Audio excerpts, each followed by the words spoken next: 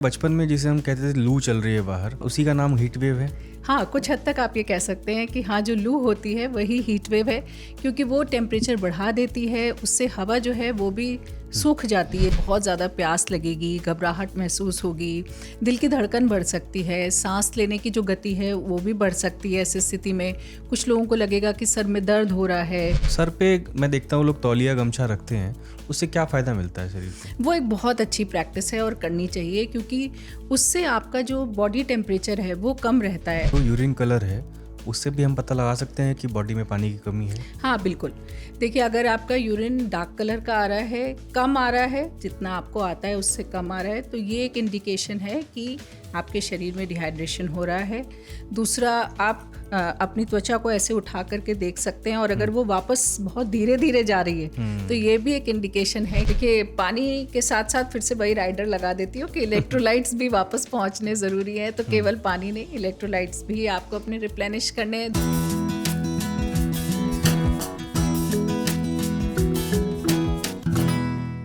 देश के कई हिस्सों में इस समय भीषण गर्मी और हीट वेव का असर देखने को मिल रहा है। तापमान लगातार बढ़ रहा है और इसका असर लोगों की सेहत और रोज़मर्रा की ज़िंदगी पर पड़ रहा है। हीट वेव आखिर क्या होती है, ये कितनी खतरनाक है और इससे बचाव कैसे किया जा सकता है? इन्हीं सवालों पर बात करेंगे आज। हमारे साथ हैं फोर्टिस हॉस्पिटल मानेसर के इंटरनल मेडिसिन डिपार्टमेंट की director doctor Swati Maheshwari. Welcome ma'am. Thank you, नमस्कार। मैम, सबसे पहले तो यही बताइए कि हीट वेव और सामान्य गर्मी में क्या अंतर है? देखिए, जो गर्मी जनरली होती है, जैसे हम बोले कि आज हम जिस वेदर में है वो एक तरह से गर्मी है, क्योंकि आपको पसीने आ रहे हैं, आपको लग रहा है कि टेम्परेचर ज़्यादा है, आप बाहर निकल रहे हैं तो आपको धूप लग रही है। लेकिन अगर यही टेम्परेचर 4-5 दिन तक रहता है और असामान्य रूप से बढ़ जाए, यानी कि एकदम से ज़्यादा बढ़ जाए, तो और अगर आपको लगे कि अब आपको दिक्कत हो रही है इस मौसम में, अब आपको बाहर निकलने में ऐसा लग रहा है कि झुलस जाएंगे, या आपको बाहर निकल के लग रहा है कि अब बहुत ज़्यादा गर्मी है, तो इसी को हम हीट वेव बोलते हैं। क्या यानी कि जनरली जैसे कि जो टेम्परेचर है उससे ज़्यादा टेम्परेचर हो जाता है और वो कई दिन तक रहता है। अच्छा। तो वो हीट वेव में कन्वर्ट हो जाता है। क्या बचपन में जिसे हम कहते थे लू चल रही है बाहर, उसी का नाम हीट वेव है? हाँ, कुछ हद तक आप ये कह सकते हैं कि हाँ, जो लू होती है वही हीट वेव है, क्योंकि वो टेम्परेचर बढ़ा देती है। उससे हवा जो है वो भी सूख जाती है, जिसे हम बोलते हैं कि नमी नहीं रहती है हवा में, और इसकी वजह से जो है लोगों के शरीर का जो तापमान है, जो ज़्यादा समय तक बाहर रहते हैं ऐसे वातावरण में, वो तेज़ी से बढ़ता है, और उसी को हम कहते हैं कि लू लग गई, या हम बोलते हैं कि बाहर गर्मी में मत जाओ, जिस तरह से इस वक्त बोला जाता है कि ऐसे समय में अगर आप बाहर जाएंगे तो बीमार पड़ सकते हैं। तो यही लू है। तो जब टेम्परेचर बढ़ता है शरीर का और लगातार गर्मी से एक्सपोजर हो रहा है बॉडी का, तो क्या क्या चेंजेस आते हैं जिसे कहते हैं लू लगना या हीट वेव का जो असर होता है हमारी बॉडी बिल्कुल। पर? देखिए, कुछ स्टेजेस से शरीर जो है वो गुजरता है। जब शुरू में थोड़ा तापमान शरीर का बढ़ता है तो उसे हम हीट एग्जॉशन बोलते हैं। यानी कि उस वक्त किसी व्यक्ति को बहुत ज़्यादा प्यास लगेगी, घबराहट महसूस होगी, दिल की धड़कन बढ़ सकती है, सांस लेने की जो गति है वो भी बढ़ सकती है। ऐसी स्थिति में कुछ लोगों को लगेगा कि सर में दर्द हो रहा है। इस तरह का जो आपको सिम्टम्स होंगे, इसे हम हीट एग्जॉशन बोलते हैं, और ये बहुत शुरू की स्थिति है, जब आप बाहर निकले हैं धूप में और आपसे अभी बर्दाश्त नहीं हो रहा है जो तापमान है वो। इसके बाद की जो स्टेज होती है, अगर आपने कुछ एक्शन नहीं लिया तो आप फिर जो है नेक्स्ट स्टेज में चले जाते हैं, जिसे हम हीट सिनकपी बोलते हैं। उस स्टेज में क्या होता है कि कोई व्यक्ति बेहोश भी हो सकता है, गफलत की हालत में जा सकता है, किसी को चक्कर आ सकते हैं, बेहोश हो सकते हैं आप। तो ये वो वाली स्टेज होती है, और इसके बाद ज़्यादा सिवियर हो जाता है। अगर यहाँ भी कोई एक्शन नहीं लिया तो हम हीट स्ट्रोक की स्थिति में जा सकते हैं। और हीट स्ट्रोक जो होता है उसमें कई सारी और दिक्कतें आ जाती हैं कि व्यक्ति जो है वो बिल्कुल गफलत की हालत में होगा, आप उससे बात करेंगे वो समझा नहीं पाएगा उससे क्या हो रहा है। उसके शरीर का तापमान बहुत ज़्यादा बढ़ा हुआ होगा, तप रहा होगा उसका शरीर, पसीना बिल्कुल नहीं आ रहा होगा उसको। और कुछ ऐसे लोगों में हम कभी कभी मिर्गी का दौरा भी देखते हैं। अच्छा। तो वो भी हो सकता है, और ऐसे में व्यक्ति के लिए इमरजेंसी सिचुएशन हो जाती है, जब आपको उसको तुरंत अस्पताल लेकर जाना है। हाँ, मतलब वो सिचुएशन नहीं रहती कि आप पानी पी करके हाइड्रेट हो जाएं, बिल्कुल। उसके बाद आपको जो है इन्फ्यूज़न ही देना पड़ता है। जी हाँ। और लेकिन हमारे शरीर में एक नेचुरल अडॉप्शन की भी एक प्रक्रिया है कि हम अडॉप्ट कर लेते हैं मौसमों को।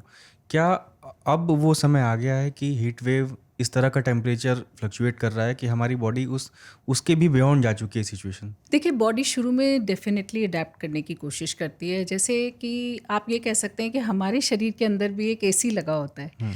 तो जब हम बाहर निकलते हैं, गर्म वातावरण में बाहर जाते हैं, तो हमें पसीना आता है। और यही पसीना जब बाहर की हवा से सूखता है, तो वो हमारे शरीर को ठंडा करता है और यही हमारे शरीर का एसी है। तो शुरू में जब हम बाहर निकलते हैं वातावरण में, तो हमें पसीना ज़्यादा आता है। हमारे बॉडी कोशिश करता है कि अपने टेम्परेचर को कंट्रोल रखे। जैसे वातावरण का बाहर टेम्परेचर है, उतना ही हमारे शरीर का ना हो, हमारा शरीर ठंडा रहे। लेकिन अगर हम उसकी हेल्प नहीं करें, ऐसी स्टेज में अगर हम अपने शरीर की हेल्प नहीं करें, तो हमारा शरीर फिर एक समय पर जाकर जवाब दे देता है और उसको लगता है कि अब हम जो है नहीं कर पाएंगे और कोप अप नहीं कर पाएंगे। तो ऐसे समय में हम क्या कर सकते हैं कि हम ठंडा पानी पिएं, जो तरल पदार्थ हैं उनका सेवन करें, हम कपड़े ऐसे पहने कि पसीना सूख सके। अब देखिए, पसीना सूखेगा नहीं तो शरीर ठंडा नहीं होगा। और अगर आपने ऐसे में मोटे कपड़े पहन रखे हैं, या आपने नायलॉन के कपड़े पहन रखे हैं, या ऐसे कपड़े पहन रखे हैं जिनसे पानी नहीं सूख पा रहा है, आपके शरीर का पसीना नहीं सूख पा रहा है, तो आपके शरीर का तापमान बढ़ता जाएगा और आपका शरीर जो है ठंडा होना चाहिए लेकिन नहीं हो पाएगा। और ऐसे में ही जैसे कोई सर पे आपने कुछ नहीं रख रखा है, या आप साथ में कुछ ठंडा पानी वगैरह कुछ लेकर नहीं चल रहे हैं, बहुत देर तक धूप में ही चल रहे हैं, कहीं छाया में नहीं बैठ रहे हैं, तो ऐसे अगर आप करते हैं तो फिर शरीर जो है आपका साथ नहीं दे पाता है। सर पे मैं देखता हूँ लोग तौलिया गमछा रखते हैं, उससे क्या फ़ायदा मिलता है शरीर को? वो एक बहुत अच्छी प्रैक्टिस है और करनी चाहिए, क्योंकि उससे आपका जो बॉडी टेम्परेचर है वो कम रहता है और जो कपड़ा होता है उससे भी इवेपोरेशन होता है, उससे भी जो है पानी उड़ता है और आपके सरफेस को वो छू रहा होता है, आपके बॉडी सरफेस को छू रहा होता है। तो वो भी एक तरह से यही काम करता है, जैसे पसीना करता है ऐसे ये पानी भी जो आपके शरीर के ऊपर लगा होता है, ये जब हवा से उड़ता है तो आपकी त्वचा को ठंडा करता है। इसलिए ये एक अच्छी प्रैक्टिस है और गाँव वालों में और मज़दूरों में और जो लोग बाहर निकले होते हैं बहुत लंबे समय के लिए, उनमें आपने देखा है कि वो इस तरह से कुछ ना कुछ कपड़ा, लेकिन उसको गीला होना ज़रूरी है। उसको आप जितनी बार ठंडे पानी में डुबो सकते हैं, उसको और गीला कर सकते हैं, वो आपके लिए बहुत अच्छा है।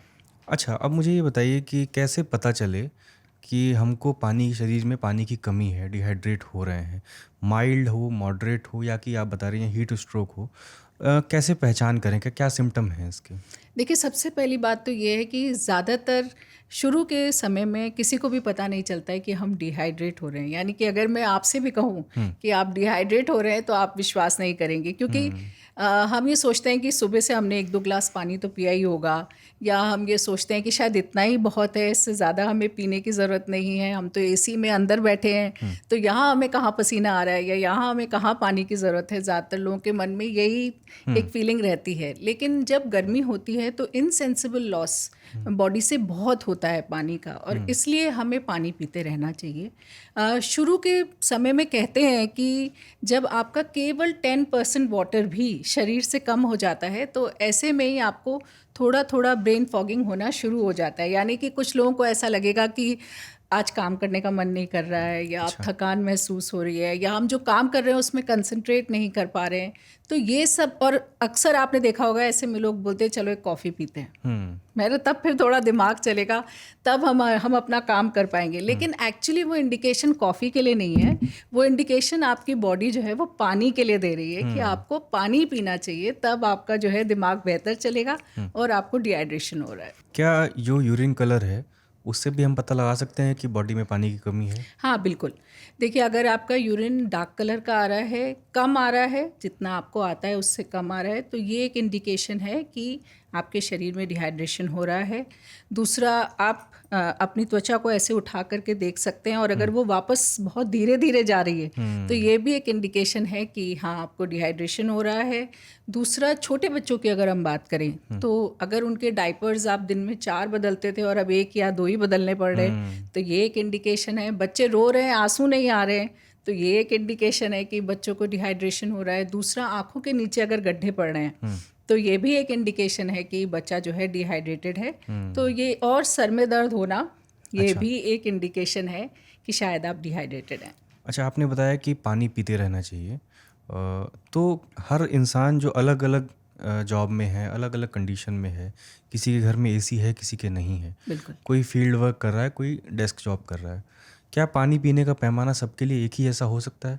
क्योंकि नहीं, आम एक डेफिनेशन है कि 3 से 4 लीटर पानी पीना चाहिए सबको। देखिए बिल्कुल वो एक जनरलाइज टर्म बनाया गया है कि हर व्यक्ति को 3 से 4 लीटर पानी पीना चाहिए, लेकिन जो व्यक्ति बाहर मशक्क़त कर रहा है, जो बाहर मज़दूरी कर रहा है या बाहर धूप में है लंबे समय तक, आप देखेंगे लोग सब्जी बेच रहे हैं, कोई काम कर रहा है, किसी ने जो है अपनी दुकान लगा रखी है धूप में, या कोई दिन भर इधर से उधर धूप में उसे ट्रैवल करना पड़ रहा है, तो ऐसे में 10 लीटर तक आप पसीना बहा सकते हैं, यानी कि इतना डिहाइड्रेशन किसी व्यक्ति को हो सकता है। तो अगर कोई व्यक्ति कंटिन्यूअसली बाहर है, धूप से एक्सपोज्ड है, उसका काम ऐसा है कि उसे मेहनत करनी पड़ रही है, तो उसके लिए पानी की रिक्वायरमेंट कहीं ज़्यादा हो जाती है, बढ़ जाती है। पर हाँ, अगर आप अंदर ही हैं, अगर आप ज़्यादा बाहर नहीं निकलते हैं, एसी एनवायरनमेंट में हैं, तो आपके लिए 3 से 4 लीटर ठीक है। ऐसी स्थिति में उतना पानी का आप सेवन करें, लेकिन जैसे जैसे आपको पसीना आ रहा है, जैसे जैसे आप एक्सपोज्ड हो रहे हैं, बाहर निकल रहे हैं, वैसे वैसे आपकी रिक्वायरमेंट पानी की बढ़ती है। मैम, इस पे बात करने से पहले मैं पढ़ रहा था कि डिहाइड्रेशन में जब पानी की कमी होती है शरीर में, तो आपका इलेक्ट्रोलाइट बैलेंस बिगड़ जाता है बॉडी का। इलेक्ट्रोलाइट बैलेंस बिगड़ना क्या है, ज़रा आम भाषा में आप अगर समझा सकें। बिल्कुल, देखिए अगर किसी ने अपना पसीना टेस्ट किया हो तो आप भी ये बात मानेंगे कि पसीना नमकीन होता है, ठीक है ना? तो पसीना जो होता है उसमें हमारे शरीर का सोडियम, पोटेशियम ये सब भी बाहर निकलते हैं, यानी कि पसीना केवल पानी नहीं होता है, पसीने में हमारे ये सब इलेक्ट्रोलाइट्स होते हैं। और इसीलिए गर्मी के मौसम में केवल पानी पी रहे हैं अगर आप, तो आपका डिहाइड्रेशन ठीक नहीं होगा। यानी कि क्योंकि पसीने में आपका सोडियम, पोटेशियम, क्लोराइड ये सब चीज़ें भी बाहर निकल रही हैं और उनका भी लॉस शरीर से हो रहा है, इसलिए इस गर्मियों में हम सबके लिए ज़रूरी है कि हम इन इलेक्ट्रोलाइट्स को भी वापस पानी के साथ अंदर लें। तो पानी के अलावा बेस्ट चीज़ है या तो जैसे ORS के पैकेट्स आते हैं, कोई अगर ORS के पैकेट्स ले सकता है तो वो सबसे बढ़िया है, क्योंकि उनमें सही मात्रा में इलेक्ट्रोलाइट्स मिले होते हैं। लेकिन अगर वो हर व्यक्ति के लिए संभव नहीं है, तो आप पानी में थोड़ा सा नमक और थोड़ी सी चीनी मिला सकते हैं, नींबू पानी बना सकते हैं, उसमें पानी में आप नमक और चीनी आसानी से मिला सकते हैं। जो फ्रूट जूसेस आप कंज्यूम कर रहे हैं, एक तो बॉटल्ड फ्रूट जूसेस नहीं कंज्यूम करें, लेकिन अगर फ्रेश जूसेस आप कंज्यूम कर रहे हैं तो उसमें आप नमक, थोड़ी सी चीनी, ये चीज़ें डाल सकते हैं, ताकि जो आपके बॉडी के इलेक्ट्रोलाइट्स बाहर निकले हैं वो रिप्लेनिश हों। और जब तक वो रिप्लेनिश नहीं होंगे, आप कितना भी पानी पी लेंगे, आप फिर से तरोताज़ा फील नहीं करेंगे जब तक कि वो इलेक्ट्रोलाइट्स वापस ना पहुँचे। इलेक्ट्रोलाइट का शरीर में काम क्या होता है? जैसे सोडियम के बारे में पढ़ रहा था कि मैं उससे न्यूरॉन फायर होता है ब्रेन में, और बाकी आपने बताया जो मैग्नीशियम है, क्लोराइड है, इनका क्या क्या काम होता है? देखिए, जितने भी इलेक्ट्रोलाइट्स हमारे बॉडी के होते हैं, ये सभी हमारे बॉडी की जो नॉर्मल फंक्शनिंग है उसके लिए ज़रूरी होते हैं, क्योंकि जो भी हमारी बॉडी की कोशिकाएं हैं, सेल्स हैं जिन्हें हम बोलते हैं, उनके अंदर जो भी खाना जाता है, कोशिकाओं के अंदर, हमारे सेल्स के अंदर जो ऑक्सीजन जाता है, खाना जाता है, जो वेस्ट प्रोडक्ट सेल से बाहर निकलता है, इन सब प्रोसेस के लिए हमें इलेक्ट्रोलाइट्स की ज़रूरत होती है। इलेक्ट्रोलाइट्स के बिना हमारे सेल को, हमारी जो हज़ारों लाखों कोशिकाएं हैं हमारे शरीर के अंदर, उनको ना खाना मिल सकता है, ना उनका वेस्ट प्रोडक्ट बाहर आ सकता है। तो इलेक्ट्रोलाइट्स जो होते हैं वो एक बहुत अहम प्रक्रिया जो है हमारे शरीर में निभाते हैं, इनका एक बहुत इंपॉर्टेंट रोल है, और इसीलिए इनको रिप्लेस करना बहुत ज़रूरी होता है। किसी में इलेक्ट्रोलाइट डिसबैलेंस हो गया है अगर, तो कैसे सिम्टम में, जैसे किसी को लू लगी है या कोई डिहाइड्रेट हो गया है, तो वो अचानक शिकायत कर रहा है कि हेडेक हो रहा है मुझे, या एक पैर में दर्द हो रहा है, या दोनों पैर दर्द कर रहे हैं, या हाथ का कोई हिस्सा दर्द कर रहा है, क्या इसके पीछे भी इलेक्ट्रोलाइट का इम्बैलेंस जो है वो पीछे है कारण इसका? देखिए, अगर आप गर्मी के मौसम में बाहर हैं या धूप में आप बाहर रहे हैं, लंबे समय तक आप बाहर हैं और आपको पसीना बहुत आ रहा था, आप ठीक से पानी वगैरह नहीं पी पाए हैं, तो ऐसी स्थिति में ज़्यादातर जो मसल क्रैम्प्स होते हैं, ज़्यादातर आपने देखा होगा एथलीट्स को भी हो जाते हैं, नॉर्मल व्यक्ति को भी हो जाते हैं जब आप लंबे समय तक बाहर रहते हैं, या बच्चे जो स्कूल में होते हैं उनको आपने देखा है कि मसल क्रैम्प्स हो जाते हैं, वो सब इलेक्ट्रोलाइट डिसबैलेंस की वजह से होता है। तो क्योंकि इलेक्ट्रोलाइट सही मात्रा में मिल नहीं पाते हैं और इस वजह से जनरली मसल्स में क्रैम्प्स होने शुरू हो जाते हैं। इसीलिए बार बार बोला जाता है कि गर्मियों में केवल पानी पीने से काम नहीं चलेगा, आपको अपने इलेक्ट्रोलाइट्स भी रिप्लेस करने पड़ेंगे। मैं एक फुटबॉल टीम के कोच का वीडियो देख रहा था, उसमें वो कह रहे थे कि जब हमारे खिलाड़ियों को डिहाइड्रेशन होती है खेलते वक्त, तो हम उनको इलेक्ट्रोलाइट ड्रिंक देते हैं, लेकिन शुगर से बहुत दूर रखते हैं उनको। बिल्कुल। शुगर बिल्कुल भी कंज्यूम करने को नहीं कहते हैं। तो पानी के अलावा जैसे बहुत सारे हमारे दोस्त हैं, इनको प्यास लगी या तो उन्होंने कोल्ड ड्रिंक पीना शुरू कर दिया, या कि बियर भी पीने लगते हैं लोग गर्मी में। उनको लगता है कि इससे हाइड्रेशन मेंटेन हो जाएगा, और चूंकि बियर पीने से बार बार जो है उन्हें पेशाब जाना पड़ता है, तो उनको लगता है कि ठीक है, यूरिन कलर भी ठीक है और मैं हाइड्रेट भी हूँ। इससे जुड़े जो मिथ हैं वो बताइएगा मुझे, क्या बिल्कुल। पीना चाहिए, क्या बिल्कुल नहीं पीना चाहिए? बहुत अच्छा सवाल है आपका, और यही ज़्यादातर लोग गलतियाँ करते हैं, क्योंकि जब आपको प्यास लगती है तो आप सोचते हैं सोडा ड्रिंक ले लेते हैं, कोई कोल्ड ड्रिंक ले लेते हैं, या बहुत सारे अब मार्केट में ऐसे बॉटल प्रोडक्ट्स आने लग गए हैं जो कि फ्रूट जूस के नाम पर केवल चीनी के घोल हैं, या यूँ कहें कि इलेक्ट्रोलाइट्स के नाम पर भी उनमें चीनी ही चीनी मिली होती है ज़्यादातर। तो ये आपको और ज़्यादा डिहाइड्रेट करते हैं। जैसे आपने अभी बियर का नाम लिया, या जितने भी और एल्कोहलिक बीवरेजेस होते हैं, वो इस टाइम पे अगर आप पीते हैं, चाय कॉफ़ी भी अगर आप ज़्यादा पीते हैं, तो वो भी आपको डिहाइड्रेट करेगा, क्योंकि ये सब चीज़ें इवेंचुअली हमें डिहाइड्रेट करती हैं। जितना ज़्यादा आप शुगर इनटेक ऐसे ड्रिंक्स में लेंगे, उतना आपको वो डिहाइड्रेट करेगा, क्योंकि शुगर बॉडी में जाके कंसंट्रेट होता है। तो हमें कोशिश यही करनी है कि हम ऐसे शुगर लेडन जो प्रोडक्ट्स होते हैं उनको नहीं चुनें। इसीलिए अगर अब आप देखें तो मार्केट में, क्योंकि बहुत सारे प्रोडक्ट्स हैं, वो बोलते हैं कि हम ओआरएस हैं। अभी बीच में आपने देखा भी था, एक लेडी डॉक्टर ने इनके ऊपर कोर्ट केस किया था, और बहुत सारे ऐसे प्रोडक्ट्स को बैन किया गया है जो कि अपने आप को इलेक्ट्रोलाइट सोल्यूशन बोलते थे, जबकि वाकई में वो इलेक्ट्रोलाइट सोल्यूशन नहीं थे।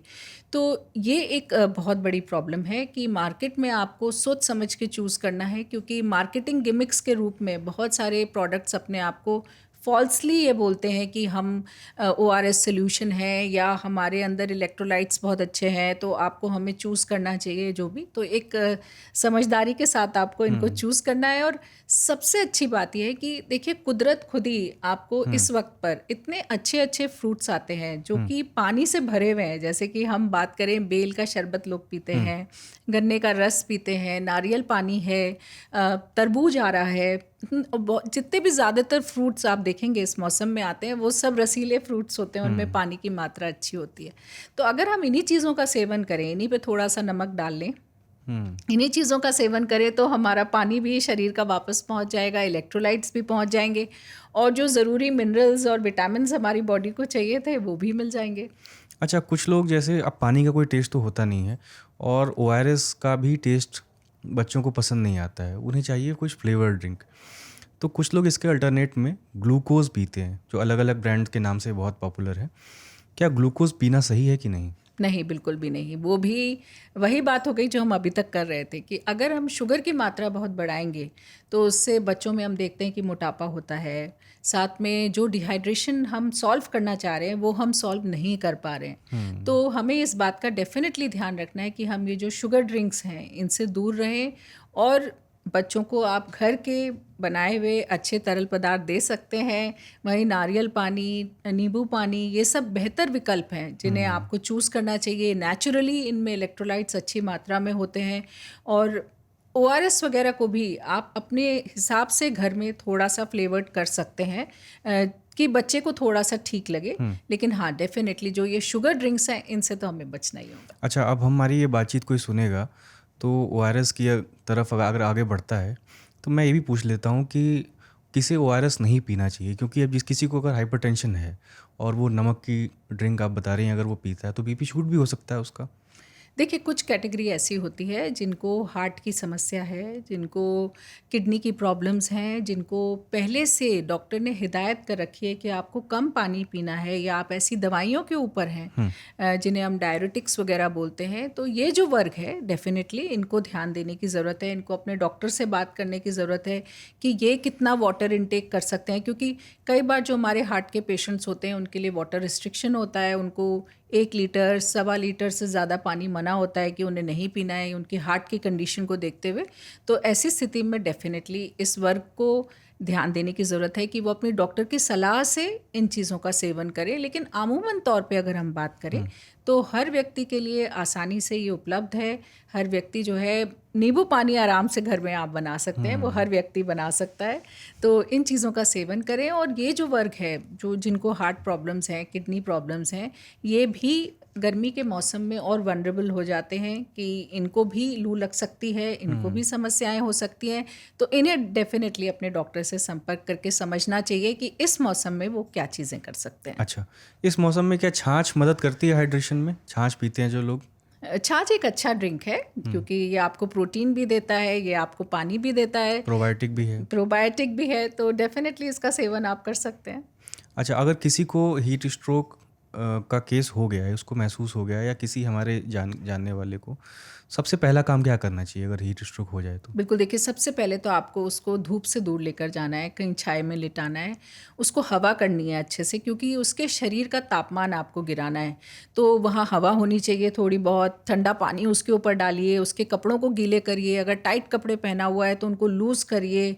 कोशिश करिए कि जो आर्मपिट्स होते हैं, गले का एरिया होता है, ये सब एरिया ऐसा होता है जो कि जल्दी ठंडा हो सकता है। तो इस जगह पे अगर हम बर्फ़ रख सकते हैं, ठंडा पानी रख सकते हैं, तो इन चीज़ों की हमें कोशिश करनी है। दूसरा, अगर व्यक्ति बेहोश नहीं है, गफलत की हालत में नहीं है, तो उसको आप थोड़ा ठंडा पानी दे सकते हैं पीने के लिए। पर अगर व्यक्ति बेहोश है तो कोशिश नहीं करनी चाहिए ऐसे में कि हम मुंह के अंदर कुछ डालें, क्योंकि वो डेंजरस भी हो सकता है। लेकिन हमारा मेन एम ये है कि हमें बॉडी टेम्परेचर को कम करना है। तो सारा प्रयास जो आपको करना है वो यही करना है कि किसी भी तरह से शरीर का तापमान कम हो जाए, हवा देकर, ठंडी चीज़ें उसके ऊपर डालकर, उसके कपड़े ढीले कर कर, और तुरंत से तुरंत हम उसे किसी जो पास की जगह पे, जहाँ भी क्लिनिक है, कोई चिकित्सालय है, जहाँ भी हम उसे ले जा सकते हैं, वहाँ हम उसे ले जाएं। अच्छा, क्या खतरे हो सकते हैं शरीर में? क्या बीमारी हो सकती है अगर हीट स्ट्रोक है और उसको तुरंत ठीक नहीं किया गया या अस्पताल पहुंचने में देरी हो गई? शरीर के कौन से अंग हैं जो प्रभावित हो सकते हैं इससे? देखिए, शरीर के सारे ही अंग प्रभावित होते हैं इससे, और ख़ास तौर से क्योंकि शरीर में, पूरे शरीर में सही से ना ऑक्सीजन पहुंच पाती है, ना खून पहुंच पाता है। इसकी वजह से लोग कोमा में जा सकते हैं, और हमने डेथ भी कितनी देखी हैं। आए दिन हम लोग पढ़ते हैं कि लू लग गई तो इतने लोगों की मृत्यु हो गई, मर गए। तो ये मल्टी ऑर्गन फेलियर की तरफ ले जाता है, और इसकी वजह से डेथ भी हो सकती है। क्या एक्यूट किडनी इंजरी भी हो सकती है इससे? एक्यूट किडनी इंजरी भी इसकी वजह से हो सकती है। और ख़ास तौर से जो एथलीट्स होते हैं या ऐसे लोग होते हैं जो कि गर्मी में भागते हैं, रनिंग, जॉगिंग वगैरह करते हैं, उनमें भी देखा गया है कि एक कंडीशन होती है जिसे हम रैप्डोमायलिसिस बोलते हैं, जिसमें कि मांसपेशियां फट जाती हैं, और उसकी वजह से बहुत ज़्यादा इलेक्ट्रोलाइट बॉडी में रिलीज़ हो जाता है, जो कि किडनी डैमेज कर सकता है, जिसकी वजह से सडन किडनी डैमेज हो सकता है। और ऐसे लोगों को भी जो है कोमा में जा सकते हैं, मिर्गी के दौरे पड़ सकते हैं, सडन किडनी शटडाउन, तो इस तरह की दिक्कतें उन्हें आ सकती हैं। कुछ लोगों को मैम लूज मोशन देखा है मैंने लू लगने के बाद। ये कैसे होता है? क्या कारण है इसके पीछे? देखिए, इंटेस्टाइन है वो, तो वो कैसे जो है असर पड़ रहा है उसके ऊपर? देखिए, ज़्यादातर क्या होता है कि जब लू लगती है, जब हमारी बॉडी को हमारा हीट जो है कंजम्पशन, बॉडी मतलब हीट बहुत ज़्यादा बॉडी के अंदर हो जाती है, तो हमारे जो ऑर्गन्स होते हैं वो प्रॉपर फंक्शनिंग नहीं कर पाते, उन्हें समझ नहीं आता है कि सही फंक्शन हमें क्या करना है, क्योंकि वो एक शॉक की स्थिति में चले जाते हैं। और ऐसे में ही हमने ये भी देखा है कि ज़्यादातर लोग ऐसे समय में ऐसी चीज़ें भी कंज्यूम कर लेते हैं जो कि शायद गर्मी में ख़राब हो चुकी होती हैं, क्योंकि उतने समय तक वो खाने के पदार्थ जो हैं ठीक नहीं रहते हैं। तो ख़ास तौर से क्योंकि गर्मी में आपको इस चीज़ का ध्यान रखना चाहिए कि आप कहाँ से खाना लेकर के खा रहे हैं, किस तरह का खा रहे हैं, या आप घर से भी खाना लाएं। तो अगर वो बाहर गर्मी में पड़ा रहेगा तो वो, जिसे हम कहते हैं, भूस जाता है या ख़राब हो जाता है, या उसका शुरू में टेस्ट थोड़ा चेंज होता है और हम सोचते हैं कि शायद ठीक है और खा लेते हैं। तो ये सब चीज़ें हमें बहुत ज़्यादा डायरियल डिजीज़ भी करती हैं, तो इसकी वजह से डायरियल डिजीज़ होती हैं। और दूसरा, as part of heat stroke भी जो है हमारी इंटेस्टाइन्स प्रॉपर फंक्शनिंग नहीं कर पाती हैं, और कई लोगों को ऐसे वक्त पर डायरिया हो जाता है। अच्छा, बचपन में मैं जब खेल के आता था घर में, तो पसीने पसीने होते थे, और लेकिन उस समय मम्मी जो है ठंडा पानी से पीने से मना करती थी। तो अगर बॉडी टेम्परेचर बढ़ा हुआ है और हम सीधा फ्रिज से या फ्रीज़र से निकाल के पानी पीते हैं, तो क्या असर पड़ता है? क्या दिक्कत होती है उससे? जी हाँ, बिल्कुल, ये एक बहुत ही कॉमन प्रैक्टिस है जिसकी आपने बात की, और सब लोगों के साथ यही होता है कि घर में घुसते ही सीधे फ्रिज की तरफ सब लोग भागते हैं, और चिल्ड वाटर चाहिए, या चिल्ड वाटर से मुंह धोने की कोशिश करते हैं लोग कि एकदम से टेम्परेचर बॉडी का कम हो जाएगा। ये बहुत गलत प्रैक्टिस है, और इसकी वजह से हम लोगों को बहुत नुकसान होता है। बहुत बार आपने देखा है बच्चों को खांसी, ज़ुकाम और ये सब दिक्कतें गर्मी के मौसम में भी जिनको खांसी, ज़ुकाम ज़्यादातर होता है, उसका बड़ा कारण यही होता है कि वो बाहर से आके सीधे टेम्परेचर चेंज बहुत ज़्यादा होता है। हुँ, और ये टेम्परेचर चेंज जो है वो ग्रेजुअल होना चाहिए, पर सडन होता है कि सीधे आप 40-45 डिग्री से बाहर से अंदर घर में आए और आपने 10-12 डिग्रीज़ का चिल्ड वाटर पीने की कोशिश करी, तो वो आपकी बॉडी इतनी जल्दी अडैप्ट नहीं कर पाती है उससे, क्योंकि हुँ, आपके बॉडी को थोड़ा ग्रेजुअल अडैप्टेशन चाहिए होता है। तो अगर आप एकदम चिल्ड वाटर नहीं, थोड़ा ठंडा पानी अगर पीते हैं तो वो बेटर है। उसके बाद थोड़े समय के बाद आप पी सकते हैं चिल्ड वाटर, लेकिन एकदम से सडनली नहीं पिएँ। और हुँ, ऐसे ही होता है कि जब हम एसी से बाहर निकलते हैं, जब हम हुँ, एसी में थे और एकदम से बाहर निकलते हैं तो कई बार लोगों को चक्कर वगैरह आ जाता है, आपने देखा है।